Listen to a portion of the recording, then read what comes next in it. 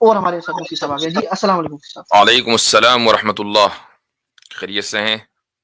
अल्हम्दुलिल्लाह मुफ्ती साहब, आप ही का इंतजार हो रहा था। जी तो चलें इंशाअल्लाह शुरू करते हैं कि ये आपके सामने स्क्रीन पर एक डॉक्यूमेंट आ गया है। मैंने 2 हफ्ते पहले जब इस मौजू के ऊपर गुफ्तगू की थी तो बाज लोगों ने हस्बे आदत उनको मटेरियल मिला और उन्होंने रिबटल भी दिया, लेकिन मुझे बड़ा अफसोस हुआ कि भाई रिबटल देना था तो कोई अच्छा सा देते। तो खैर, उनके रिबटल का क्या करना।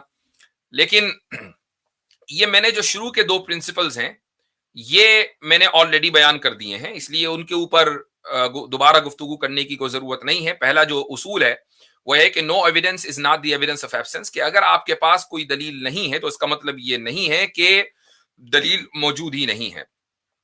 और दूसरा जो उसूल है वो ये कि a possible existence supported by an authentic textual evidence must exist, कि अगर कोई चीज ऐसी है कि जिसका मौजूद होना मुमकिन है, पॉसिबल है, और उसको किसी ऑथेंटिक टेक्सचुअल एविडेंस से उसको सपोर्ट भी मिल रहा है, यानी कोई ऑथेंटिक काबिल एतमाद दलील दलील नकली उसको सपोर्ट भी कर रही है, तो फिर उस मुमकिन चीज का मौजूद होना जरूरी है। ये मैं मिसालों से समझा चुका हूं। आपको जो है मसलन वो मिसाल याद होगी, मैंने कहा था कि एक शख्स है कि जिसने कभी जिंदगी में ट्रेन का नाम नहीं सुना, उसने सिर्फ यही देखा है कि भाई गधा गाड़ी होती है, घोड़ा गाड़ी होती है, बैलगाड़ी होती है, जानवर जो है वो किसी न किसी गाड़ी को खींचता है, लोग उस पर सवार होते हैं, अपना लोड लेकर जाते हैं। लेकिन उसको कोई बताए कि नहीं जी, घोड़े गधे घोड़ों की अब कोई जरूरत नहीं है, बल्कि इंजन जो है वो लोगों को लेकर चलता है। तो ये एक पॉसिबल एग्जिस्टेंट है, यानी उसका इसका मौजूद होना मुमकिन है। अब अगर कोई आदमी जो ऑथेंटिक है, यानी जिसकी खबर के ऊपर एतमाद किया जाना चाहिए, वो ये बात की खबर दे रहा हो, तो चाहे उस शख्स के लिए कि जो स्टोन एज का बंदा है, ये चीज कितनी ही उस पर यकीन करना मुश्किल क्यों ना हो, लेकिन उसके पास इसके अलावा कोई चारा कार नहीं होगा कि वो इस पर यकीन करे। ये मैंने 2 उसूलें तफसील से मैंने बयान कर दी हैं।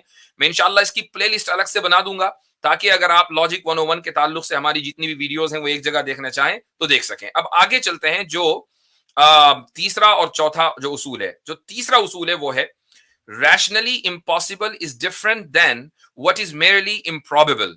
The impossible is oppose to reason while the improbable is oppose to habit. क्या मतलब है इसका? एक चीज अगर अकली एतबार से नामुमकिन है तो ये उस चीज से मुख्तलिफ है कि जो आदतन मुश्किल है। यानी एक चीज आदत के खिलाफ होती है और एक चीज अकल के खिलाफ होती है। दोनों के अंदर फर्क करना जरूरी है। जो चीज अकल के खिलाफ है वो अलग है, और जो चीज आदत के खिलाफ है वो अलग है। वो अलग कैसे है? The impossible is oppose to reason.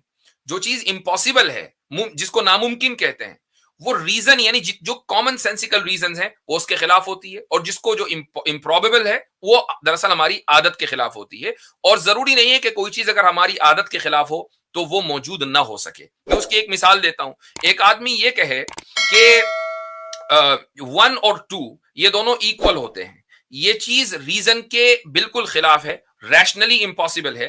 तो अगर आपको आदमी कोई कितना ही सच्चा क्यों ना हो, वो ये कहे कि नहीं 1 और 2 यानी डिजिट 1 और डिजिट 2 दोनों बराबर हैं, दोनों की वैल्यू एक है, दोनों बिल्कुल एक हैं। अगर कोई आदमी आकर आपको ये खबर दे या ये कहे कि 1 2 का हाफ नहीं है, तो इसका मतलब यह हुआ कि वो रैशनली इम्पॉसिबल कोई बात कर रहा है और उसकी तकजीब की जानी जरूरी है, अब उसको माना नहीं जाएगा।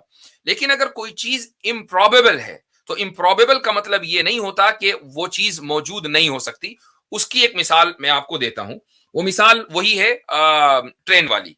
एक आदमी के लिए, या मसलन आज मिसाल बदल लें, आप अगर आज से 50 साल 100 साल 200 साल पीछे चले जाएं, कोई बहुत हजारों साल पीछे जाने की जरूरत नहीं है, और आप उनसे ये कहें कि एक ऐसा डिवाइस ईजाद हुआ है कि आप दूर से बैठे बैठे बात कर सकते हैं, और उस जमाने के लोगों ने ऐसे इस तरह के किसी भी डिवाइस को कभी न देखा हो न कभी सुना हो। और आम तौर से जो उनकी आदत है वो ये है कि जब हम किसी से बात करते हैं तो वो इस तरीके से कि वो बंदा हमारे सामने मौजूद होता है एक पर्टिकुलर डिस्टेंस पे।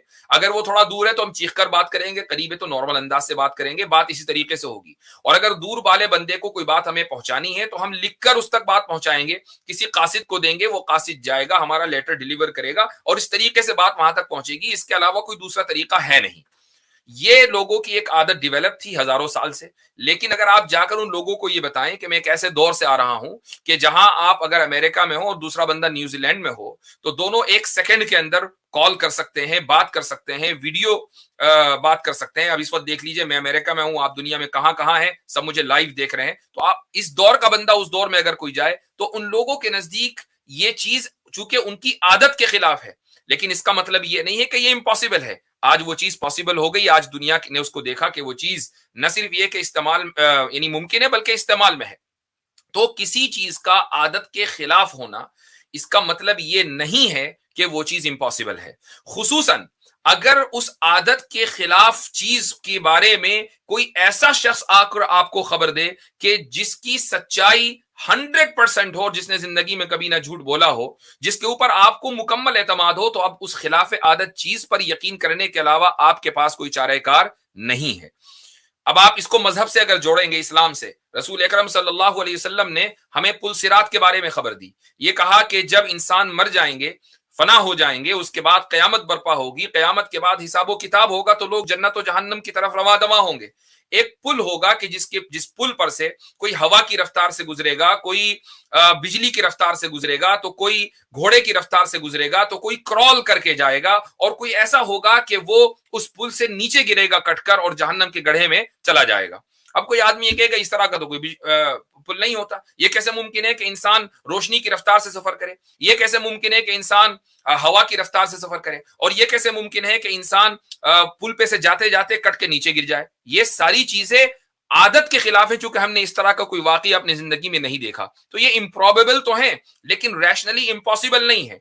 अब अगर इस पॉसिबल चीज को, जो कि इम्प्रॉबेबल है, एक ऐसा शख्स आकर खबर दे कि जिसने कभी जिंदगी में झूठ ना बोला हो और उसके झूठ को आज तक कोई साबित ना कर पाया हो, तो फिर हमारे पास इसके अलावा कोई चाराकार नहीं रह जाता कि हम उसको यकीन करें और उसको माने कि हाँ, ऐसी चीज बिल्कुल चूंकि मुमकिन है तो वाकई भी होगी। ये रूल नंबर 3 है। उसके बाद आ जाए रूल नंबर 4 पर। रूल नंबर 4 यह है कि if a thing exist, it is not necessary that it must also be observable. ये थोड़ा सा कट रहा है, लेकिन मैं समझता हूं कि मैंने पढ़ लिया तो आपको समझ में आ गया होगा। इफ अ थिंग एग्जिस्ट, अगर कोई चीज वजूद रखती है, मौजूद है, तो ये कोई जरूरी नहीं है कि वो ऑब्जर्वेबल भी हो। बहुत सी चीजें ऑब्जर्वेबल नहीं होती हैं या ऑब्जर्व नहीं की जाती हैं, इसके बावजूद भी हम उनके मौजूद होने का यकीन रखते हैं। उसकी मैं 2-3 मिसालें आपको देता हूं। एक मिसाल तो वो है कि जिसको मुल्हिद भी तस्लीम करता है, और ये दरअसल एक लिंग्विस्टिक मिसाल है। मसलन किसी बंदे का, टॉम का इंतकाल हो गया, ठीक है। अब टॉम साहब जो है वो मर गए हैं, और उनके फ्यूनरल का और अभी क्रियाक्रम उनका होना है। तो आमतौर से ईसाइयों के अंदर ये होता है कि भाई बंदा मरता है 1 दिन और 5-8 दिन के बाद फिर उसका फ्यूनरल होता है, तो उसकी लाश रखी रहती है। तो अब चर्च के अंदर सब लोग जमा हैं, टॉम की लाश रखी हुई है। लोग एक दूसरे से क्या बात करेंगे कि टॉम लेटे हुए हैं। टॉम तो नहीं लेटा हुआ, टॉम तो चला गया। वो कहते हैं भाई Tom passed away. Passed away का मतलब जा चुका। अब कोई कहेगा नहीं, ये तो ये लेटा हुआ है, इसकी लाश तो सामने हम देख रहे हैं, ऑब्जर्वेबल है। नहीं, टॉम मर गया। मर के मतलब चला गया। दुनिया की हर लैंग्वेज में यही इस्तेमाल है। लाश सामने रखी हुई है, लेकिन जिस शख्स का नाम टॉम है वो मौजूद नहीं है, क्योंकि ये टॉम नहीं है, ये टॉम की लाश है। लेकिन इसके बावजूद जब टॉम जिंदा था, आप उस जिस्म को देख रहे थे। जिस्म तो अभी कहीं नहीं गया, हड्डी भी वही है, गोश्त भी वही है, बाल भी उस पर लगे हुए हैं, उसकी शक्ल सूरत भी वही है। बस यही तो है ना कि सांस नहीं आ रहा है, दिल पंप नहीं कर रहा, इतना ही तो हुआ। लेकिन दिल भी मौजूद है, दिमाग भी मौजूद है, गुर्दा भी मौजूद है, सारी चीजें हैं, बस काम नहीं कर रही हैं। तो मिसाल के तौर पर अगर आपके पास कंप्यूटर हो और वो कंप्यूटर काम करना बंद कर दे, तो आप ये नहीं कहते कि अभी ये कंप्यूटर नहीं रहा, अभी भी आप ये कहते हैं कि यही कंप्यूटर है, ये लैपटॉप है, बस ये फंक्शन नहीं कर रहा है। तो आप ये जब जो मुर्दा मरा होता है, तो आप ये नहीं कहते कि ये टॉम है, बस ये कि दिल इसका हरकत नहीं कर रहा है, दिमाग इसका नहीं चल रहा है। नहीं, टॉम चला गया। इसका मतलब है कि जिसको आप टॉम कह रहे थे, उसको आपने कभी देखा ही नहीं। देखा तो आपने उसके जिस्म को है। आप किसी भी इंसान को, जो इंसान है, चूंकि इंसान रूह और जिस्म का मजमुआ होता है, आप कभी भी उसकी रूह को नहीं देख पाते। हिंदुइज्म के अंदर भी रूह का कॉन्सेप्ट है, बुद्धिज्म के अंदर भी रूह का कॉन्सेप्ट है, लेकिन बताइए कि रूह को देखता कौन है? लेकिन सब उसके वजूद के कायल हैं, सिर्फ एथीस्ट उसके वजूद का कायल नहीं है। एक मिसाल तो यह है। दूसरी मिसाल यह है कि मसलन आपके सामने एक 1000 साल पुराना कोई किला मौजूद है, और आप उस किले में गए और आप उसकी जो उसका जो आर्किटेक्ट है उससे बड़े मुतासिर हुए। तो आपने उस किले को न बनते हुए देखा। ताजमहल में आप चले जाएं, पिरामिड्स इजिप्ट के हैं, आप उसमें चले जाएं, आपने अपनी आंखों से उस किले को, ताजमहल को या उन पिरामिड्स को बनते हुए नहीं देखा। लेकिन इसके बावजूद भी आप अपनी अकल से ये इस्तेदलाल करते हैं कि इन पिरामिड्स के बनाने वाले कोई ना कोई हैं, इनका आर्किटेक्ट कोई ना कोई है, ताजमहल का आर्किटेक्ट कोई ना कोई था कि जिसने बड़े कमाल फनकारी से इस शाहकार को बनाया है। तो ये जो आपने अपनी अकल से इस्तेदलाल किया कि कोई ना कोई था, ये किस बुनियाद पर किया? आपने उस शख्स की तखलीक को देखकर उस तखलीक के खालिक के मौजूद होने पर इस्तेदलाल किया। अगरचे वो खालिक अब मौजूद नहीं है, मर चुका है, उसको देखा नहीं जा सकता, उसको टच नहीं किया जा सकता, उसको सूंघा नहीं जा सकता, लेकिन आप उसके मौजूद होने पर यकीन करते हैं। तो इस खुदा की जो पूरी कायनात है कि जिसके एक छोटे से जर्रे के ऊपर पिरामिड्स बने हुए हैं, छोटे से जर्रे के ऊपर ताजमहल बना हुआ है, अगर ताजमहल खुद से नहीं बना, पिरामिड्स खुद से नहीं बने और उनका कोई ना कोई खालिक मौजूद है, तो इस पूरी कायनात का कि जो इतनी अजीम शान है कि एक सिरे से आप दूसरे सिरे पर नहीं जा सकते, जो इतनी अजीम शान है कि जैसे जैसे दुनिया आगे बढ़ रही है, साइंस में एडवांस हो रही है, वैसे वैसे उसके ऊपर इसकी जो गिरहें हैं और जो उसके राज हैं वो खुल रहे हैं। आखिर इतनी अजीम शान कायनात का बनाने वाला भी तो होगा ना।